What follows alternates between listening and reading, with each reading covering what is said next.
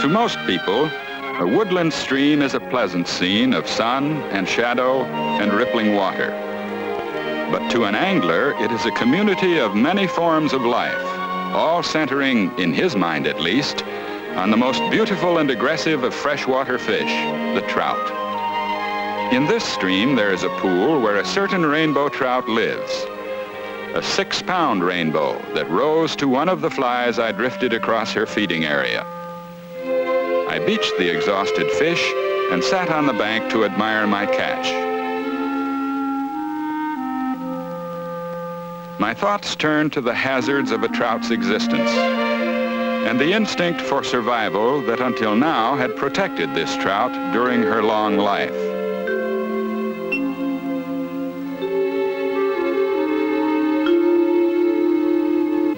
A life that began early one spring upstream somewhere, perhaps in the lee of a sunken log where oxygen-rich water rushed over clean gravel. There, two trout began the annual ritual of courtship.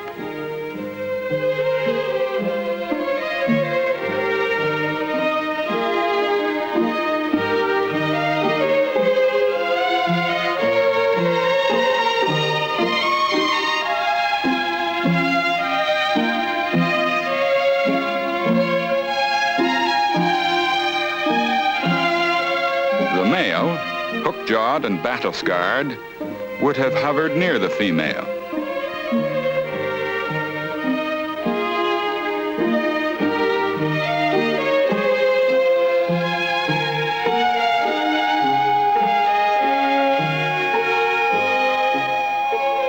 At first, she would ignore him until she satisfied her instinctive urge to make a nest for her eggs.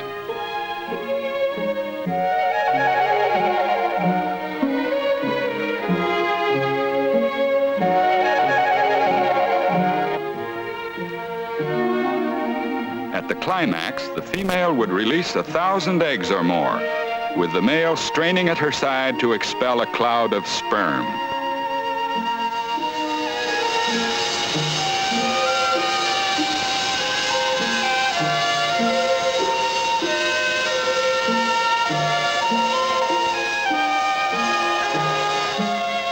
Sperm that would touch each egg to start the cycle of life.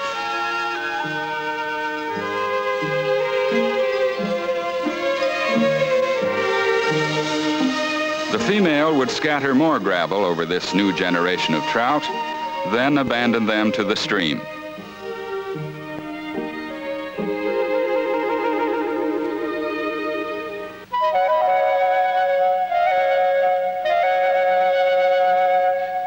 Some eggs would filter down between the stones, and the pulse of life would begin to throb within each one in the days that followed.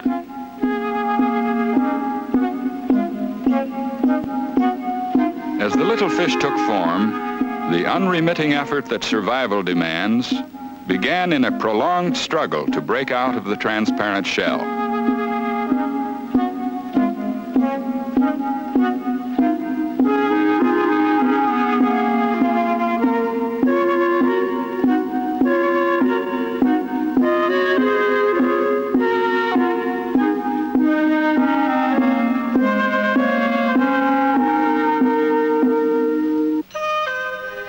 Some would break free only to be trapped in the gravel.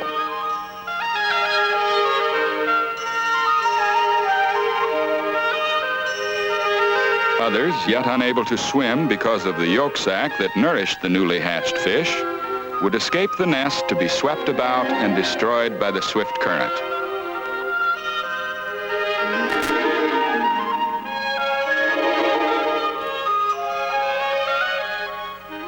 But the lucky ones would hover under the protective stones until their yolk sacs were absorbed and they could swim.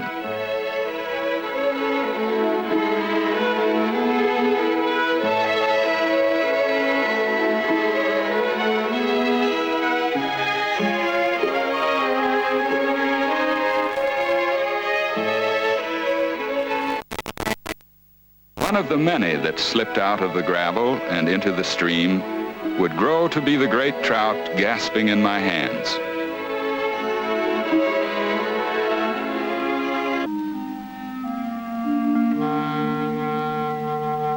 How many years and how many narrow escapes, I asked myself, since this trout first darted with the others to hide in the weedy shallows.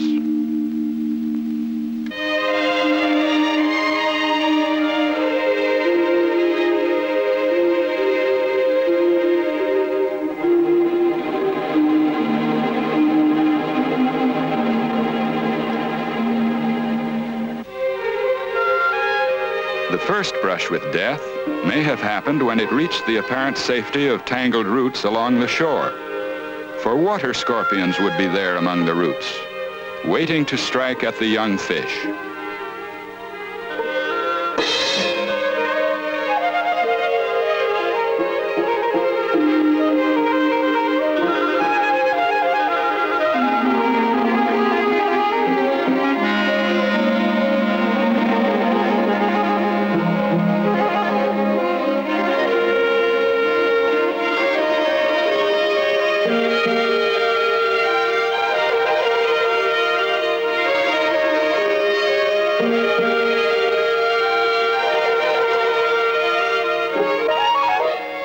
Lightning-fast reaction and luck saved many, but some were not quick or lucky enough.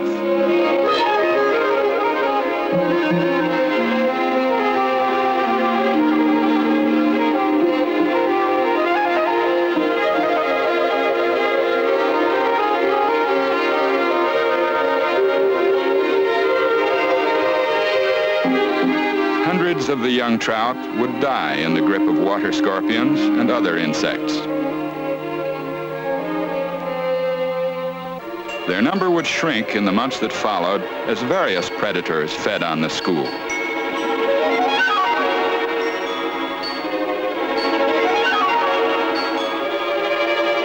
Adult trout, even their own parents, would devour many of them.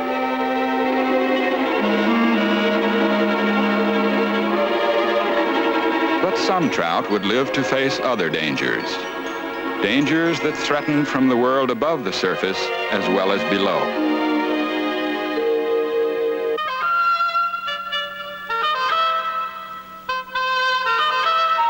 Perhaps a kingfisher that can pinpoint its target from a perch 20 feet above the water and drop swiftly to spear a trout with its narrow bill.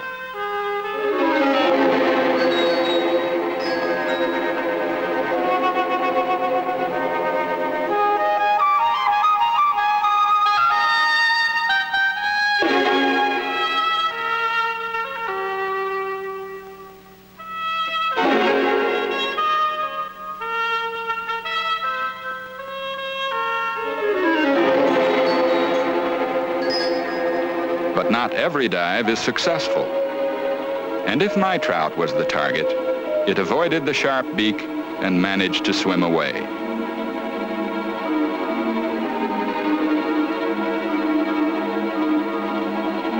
A log is a good protection against a diving bird, but it can be a pathway of attack for wading birds, like the green heron.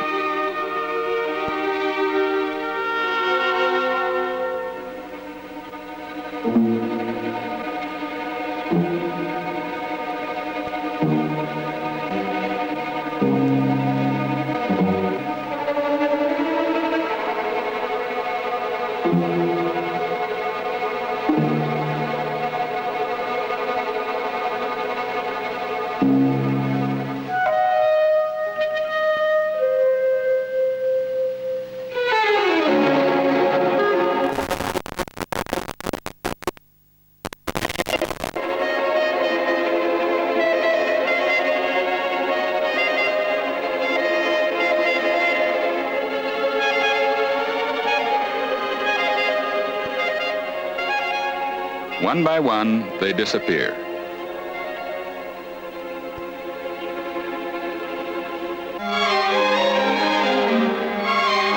Through each successful encounter with their enemies, the remaining fish became more adept at survival.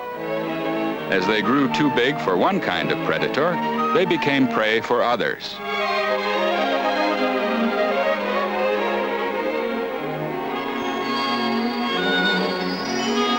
Larger diving birds like mergansers would fish the stream for the growing trout.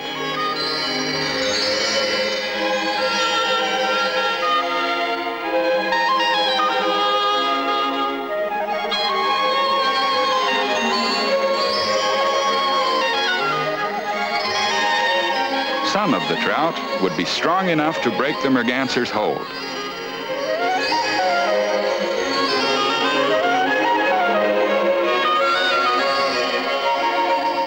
And all of them would be too fast to be caught easily.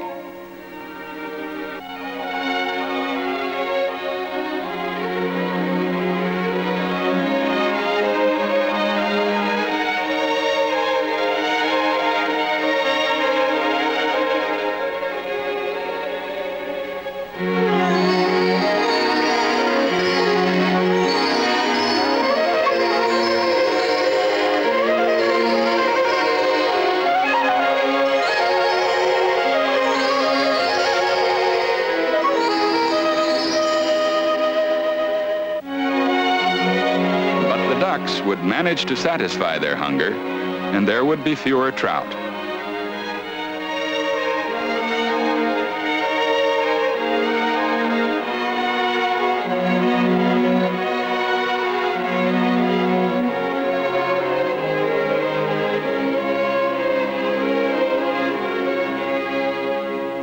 With maturity, the surviving trout separate.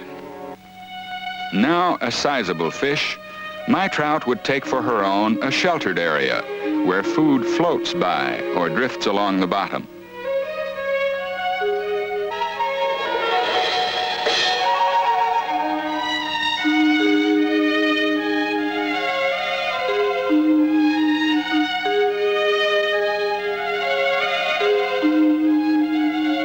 It may have been at this stage in her life that the inexperienced trout first saw a baited hook.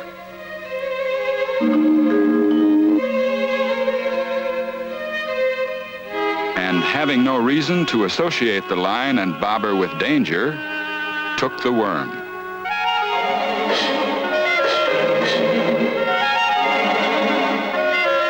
In her frantic effort to escape, she broke the fisherman's line. But now the bobber trailed behind the fish like an anchor, sure to snag and trap her again.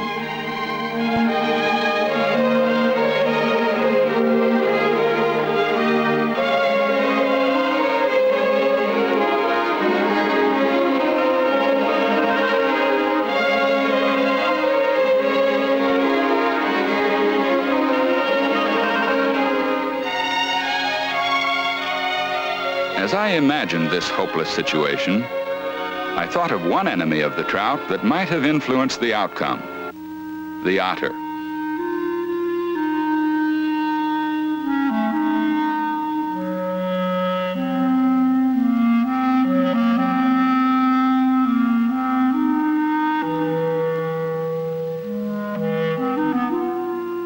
The otter glides through the water as easily as a trout.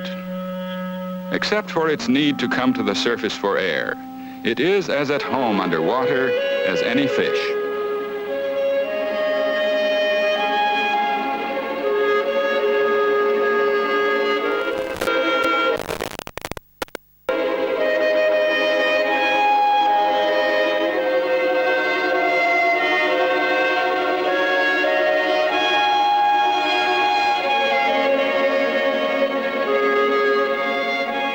Sooner or later, the exploring otter would find the struggling fish.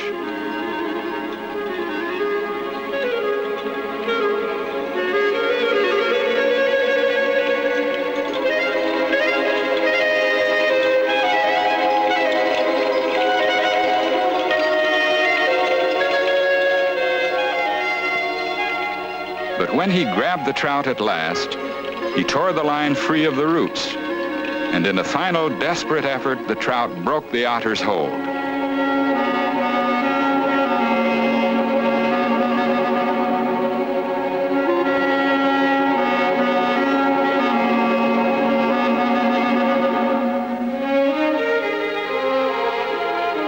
And she got away.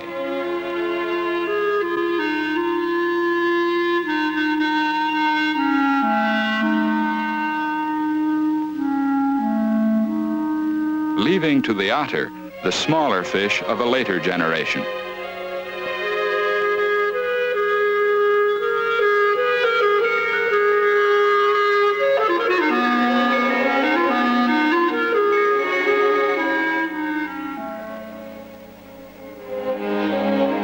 In a short time, the hook worked out of the trout's lip, but the experience was not forgotten. A visible line or an unnatural bait would never deceive her again. In the years that followed, she grew to be the uncontested queen of this remote pool, feeding in the slow current behind a fallen willow tree, where insects float within reach and slugs, snails, and larvae populate the bottom.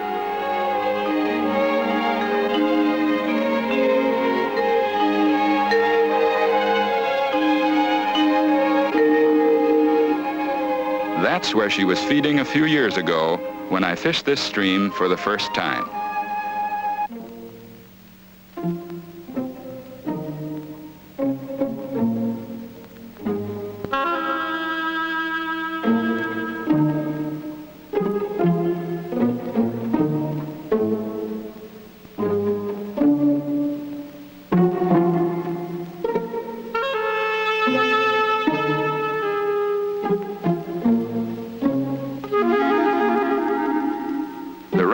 Startled me. I tried to set up a cast for what I knew must be a huge trout.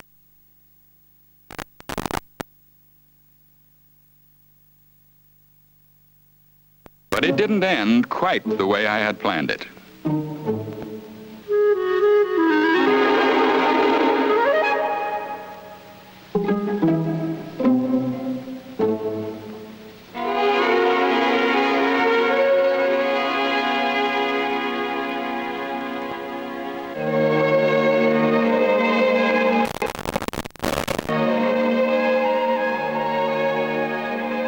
That was long ago, and today my spirits were high as I walked along the stream once more.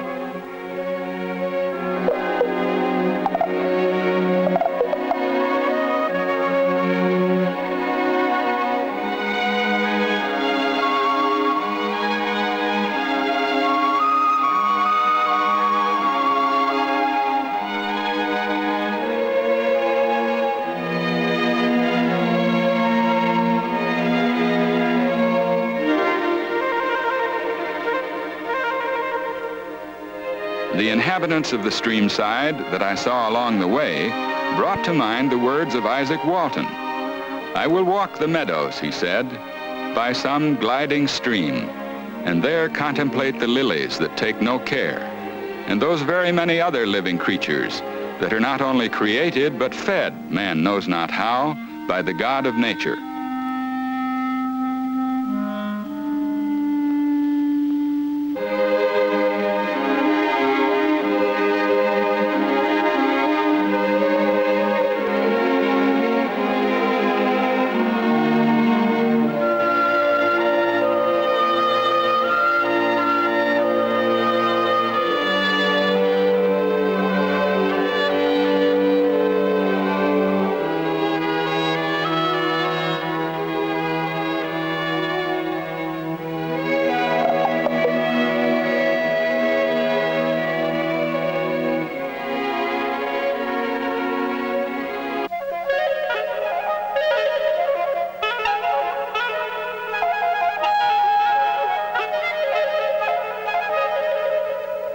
But unlike Walton's well-governed angler, my contemplation was brief.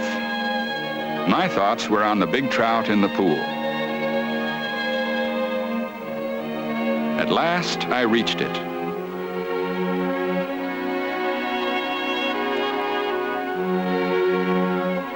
And there by the fallen willow was a ring in the water. The trout was still there and feeding. It didn't take long to find the cause of the trout's activity. A mayfly hatch was on.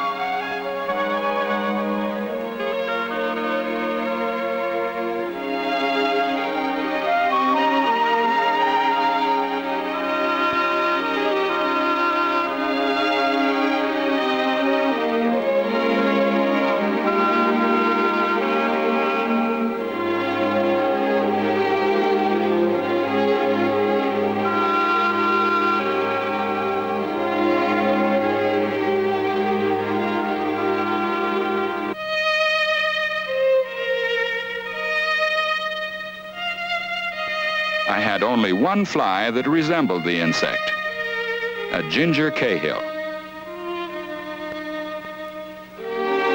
But it takes only one, if it's the right one, and properly placed.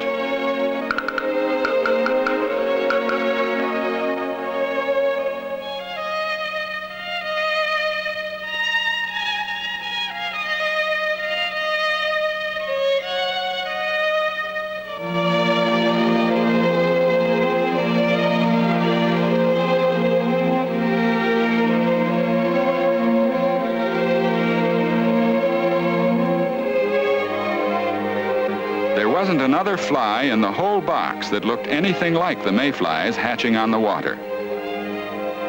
So first, I tried a fan-wing coachman.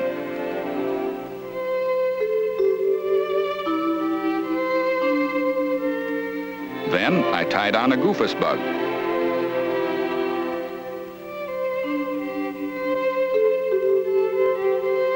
Then a spider.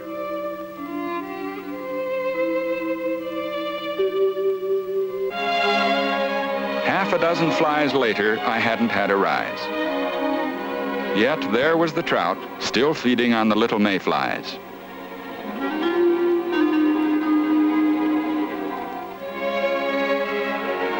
There was nothing left to do but tie a fly to match them.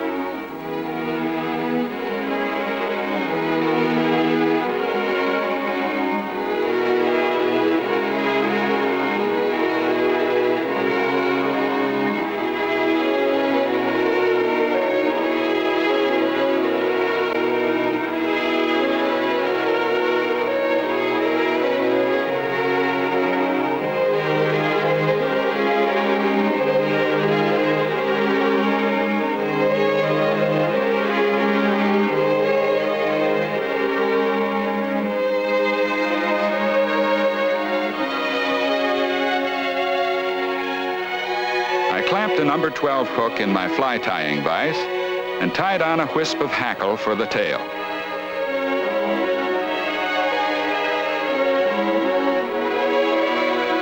Then some mandarin feathers for the wings.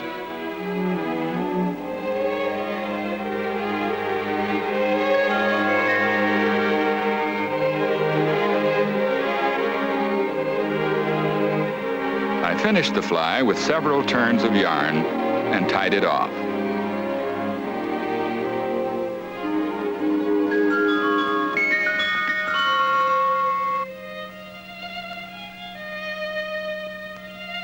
It turned out better than I'd expected.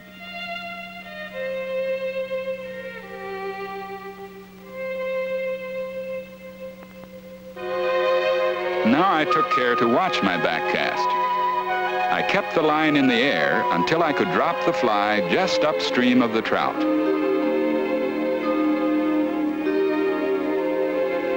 It was the right fly in the right place.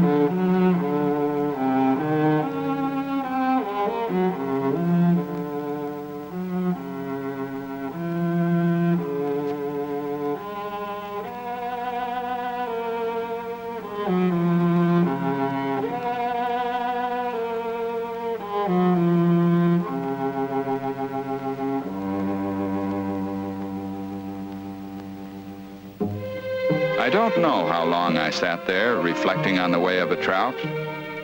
I thought of the thousands of eggs this trout might yet spawn. A great fish like herself, her offspring. It occurred to me that all of its enemies except one must destroy the trout to live. Only man has an alternative. And I let her slip away back to her pool.